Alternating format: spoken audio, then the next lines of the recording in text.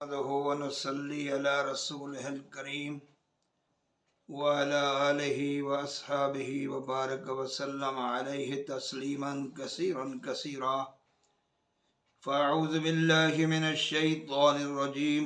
بسم الله الرحمن الرحيم ويقيمون الصلاة ومما رزقناهم ينفقون والذين يؤمنون بما أنزل إليك وما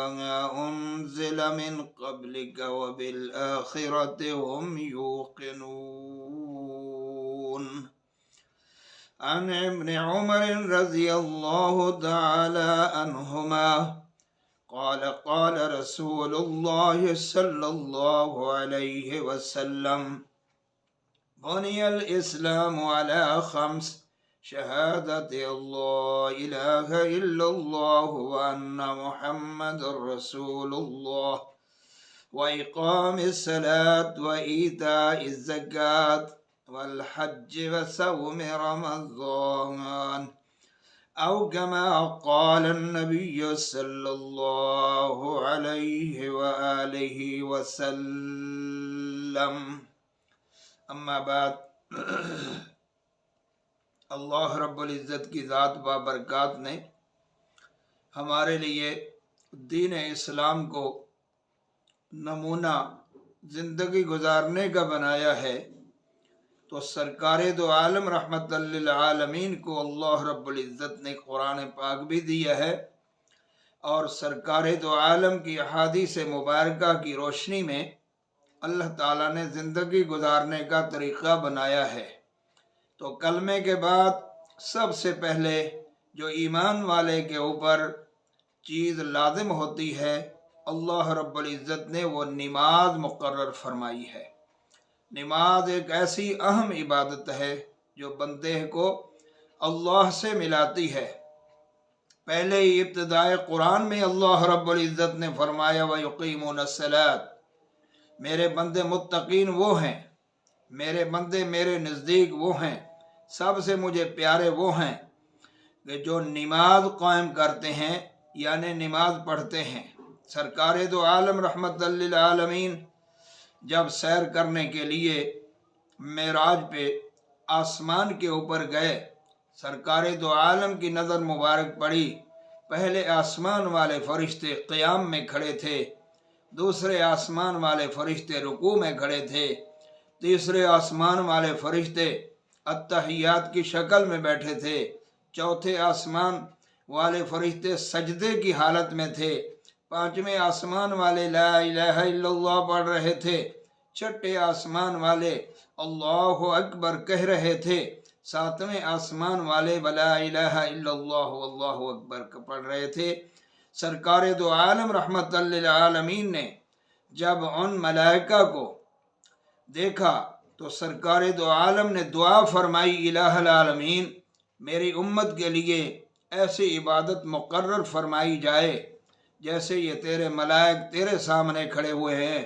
اور ہر ایک کو ایک رکن جو ہے اس کے اوپر پابندی کے ساتھ کھڑے ہوئے ہیں۔ جب سے اللہ پاک نے پیدا فرمایا ہے تب سے لے کر وہ اللہ کے فرشتے وہ عمل کر رہے تھے۔ تو اللہ رب العزت نے فرمایا اے میرے محبوب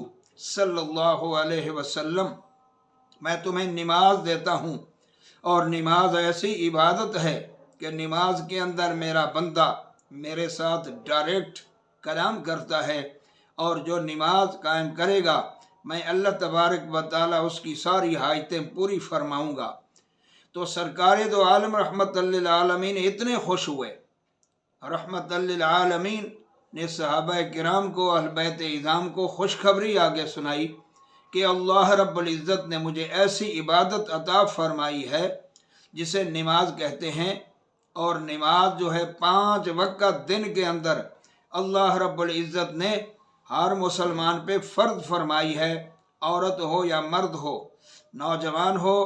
عاقل بالغ ہو، بوڑھا ہو یا جوان ہو، ساروں کے اوپر یہ نماز اللہ رب العزت نے مقرر فرمائی ہے۔ اور سب سے پہلے سرکار دو عالم نے فرمایا اول ما یحاسب بہ العبد یوم القیامت الصلاۃ، قیامت کے دن عبادات کے اندر سب سے پہلے جس عمل کے بارے میں پوچھا جائے گا وہ نماز ہے۔ کسی اللہ کے بندے نے بھی فرمایا ہے روز محشر کے جہاں گداز بود اولی پرسش نماز بود،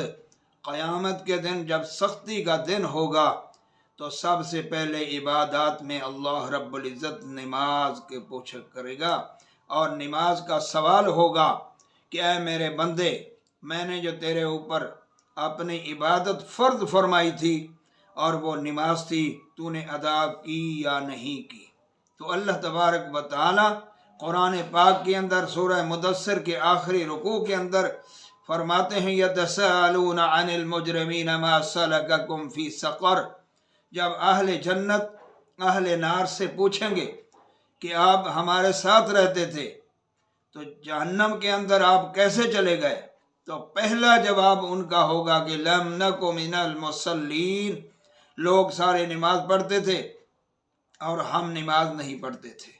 اللہ رب العزت کی ذات بابرکات ہم سب کے حال پہ رحم فرمائے۔ کل مسلمانان عالم کو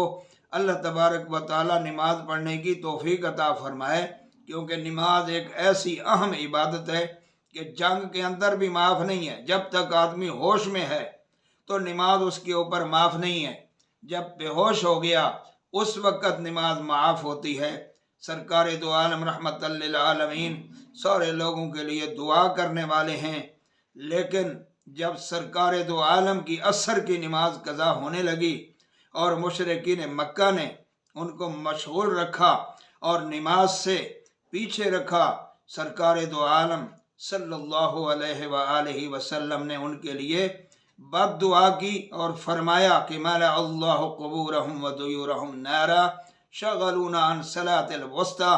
اللہ تعالیٰ ان کے گھروں کو اور ان کے قبروں کو جہنم کی آگ سے بھر دے، انہوں نے ہمیں نماز عصر ادا نہیں کرنے دی۔ تو اللہ تبارک و تعالیٰ کی ذات بابرکات نے نماز کے لیے 750 دفعہ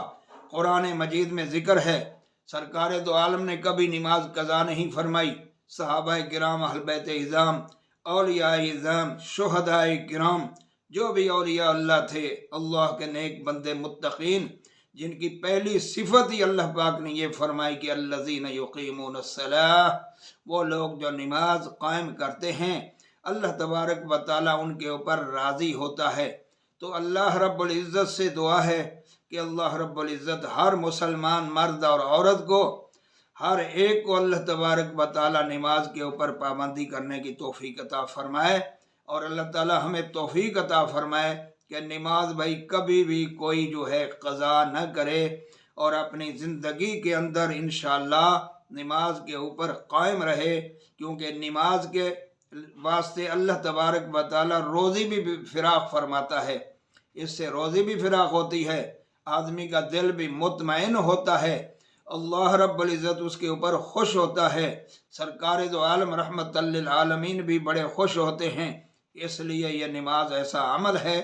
کہ نماز جو ہے اس کو آگے پیچھے کبھی نہیں کرنا چاہیے۔ تمام اہل اسلام جو ہیں وہ اس چیز کو یاد رکھیں اور اس کے لیے کوشش کریں۔ مساجد کے اندر جاؤ تو تھوڑے لوگ نظر آتے ہیں، بازاروں میں جاؤ تو کتنے لوگ نظر آتے ہیں، اگر ایک ایک دو دو آدمی بھی گھر سے مسجد میں چلا جائے تو اللہ تبارک و تعالیٰ کی مہربانی سے، رحمت سے مساجد جو ہیں وہ فل ہو جائے۔ مساجد کو آباد کرنا نماز سے ہوتا ہے۔ تو اللہ تبارک و تعالیٰ سے دعا ہے اللہ رب العزت ہم سب کو نماز کے اوپر قائم رکھے اور ہمیں نماز پڑھنے کی توفیق عطا فرمائے۔ اپنے بچوں کو بھی یہ محنت کرنی چاہیے، یہی تبلیغ کرنی چاہیے۔ 7 سال کا بچہ ہو جائے قرآن مجید بھی پڑھانا چاہیے، اور اس کو نماز جو ہے وہ پہلے سے لے کر سکھانی چاہیے، تاکہ نماز کے اوپر وہ قائم و دائم عادت ہو جائے گی تو انشاءاللہ العزیز آخر تک وہ اللہ تبارک و تعالیٰ عبادت بنا دے گا۔ تو اللہ تعالیٰ اس عبادت کو ہمیں کرنے کی توفیق عطا فرمائے۔ اگر کوئی آدمی پریشان ہے تو ہر نماز پڑھنے کے بعد، درود شریف پڑھنے کے بعد یا اللہ 21 دفعہ پڑھے، دل کے اوپر ہاتھ رکھ کے، اللہ تبارک و تعالیٰ اس کے دل کو سکون دیتا ہے اور گھر میں رحمت اور برکت نازل ہوتی ہے۔ اللہ تعالی عمل کی توفیق عطا فرمائے۔ وما علینا الا البلاغ المبین۔